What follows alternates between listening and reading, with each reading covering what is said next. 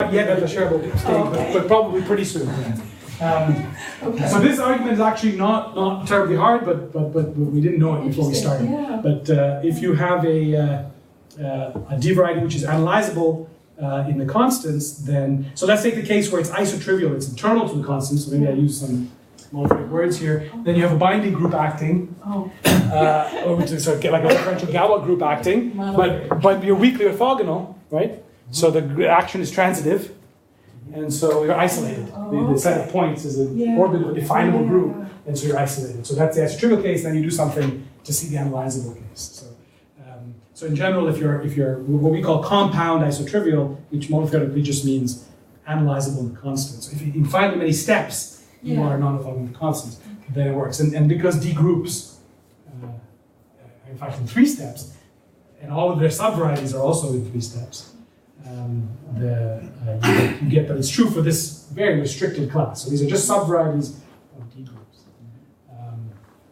And in what we're writing, we're trying to apply this to a problem in the classical Dixmier-Moeglin problem for Hopf algebras, and this was what was needed.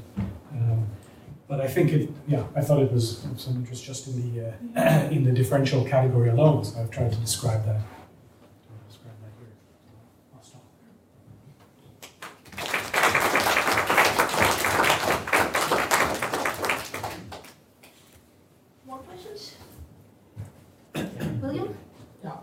Could you mind reviewing the correspondence between a differential variety, X, you call, and the ds? Yeah, so it was only for finite dimensional varieties.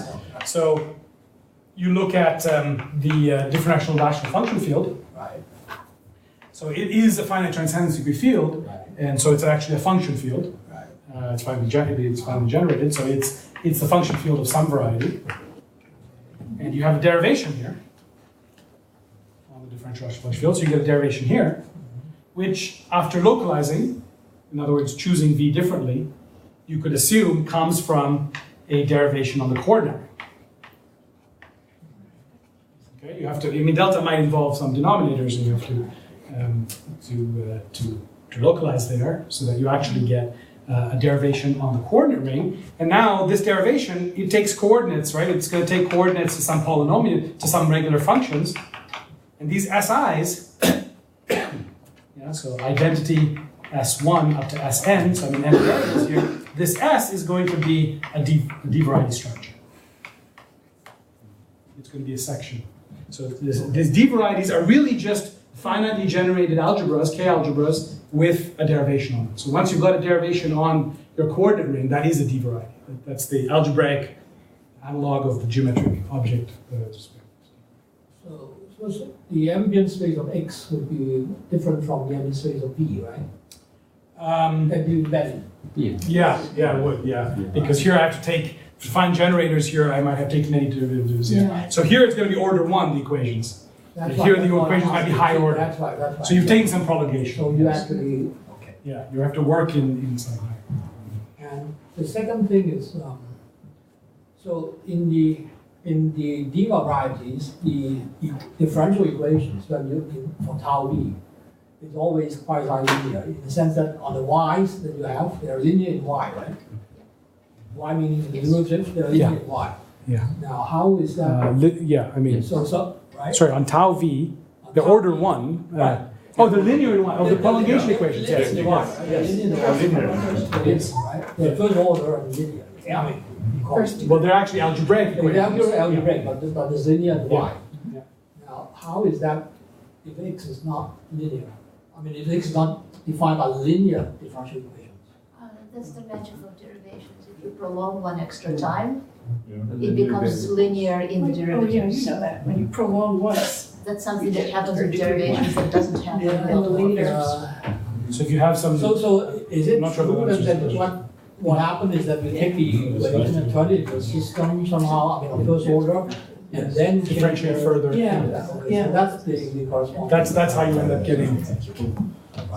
Now, so there's another way to do that, and that is, suppose you take a v, you call it a tau v. Now, you can consider tau v as a new v. Yeah. In the theory. Yeah.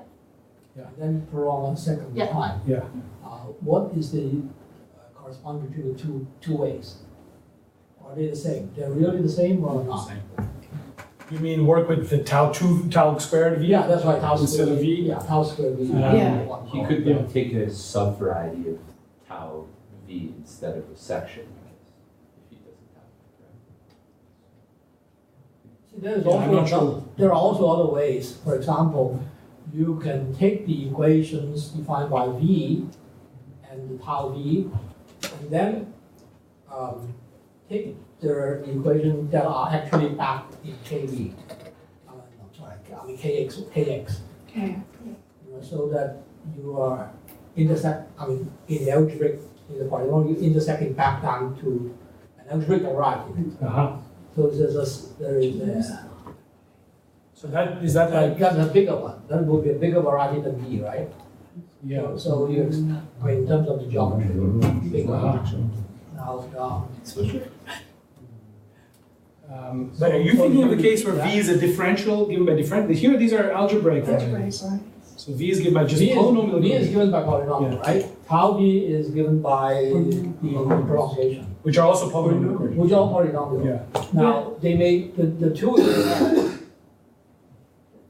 Well, no, this projects onto V, so. Oh, you mean, I'm not sure what you're looking at. Yeah, you're projecting back onto the. Yes, you do. Yeah, but it's. So you know, the differential equation can help you,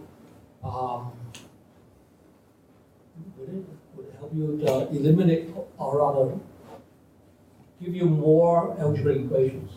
Is it possible? No. I don't think so. I think what you're saying describes just the Okay. projection back, Unless you're which starting in with. this case is. Unless you're With the starting off differential with variety. a, I think you're taking a differential Yeah. variety, and then you're Yeah. taking Start with something differential variety, then- like a Zariski closure of it. I mean, you're taking some bigger Zariski closure. You don't assume that, is it tau v that's your first prolongation, the torso under the tangent bundle? Right. You're not assuming that that's irreducible, no. right? No. Because it splits, it can split, That's the right. variety Need it to be Yeah. smooth. has singular points. Yeah, right. I guess it's Yeah. irrespective of that. I mean, you can It always didn't sound as though you needed that. no. Yeah. I mean, if you took V to be smooth, Yeah, reducible, v is smooth, then it would be. but you So, need not. You but can I think in this context, it's take y just squared equals x cubed. I think so. Horrible Yeah, thing. the tau V can be because you're really interested in the section, and so Right. its And so image it's- is an irreducible. So correct. Yeah, yes. Yeah, so it's living in some Absolutely. particular That component. gets you into Yeah, Well, into a kind of general component. right. And so- It's a risky closure of the tangent. More questions? More questions? All right, let's thank Rahim again.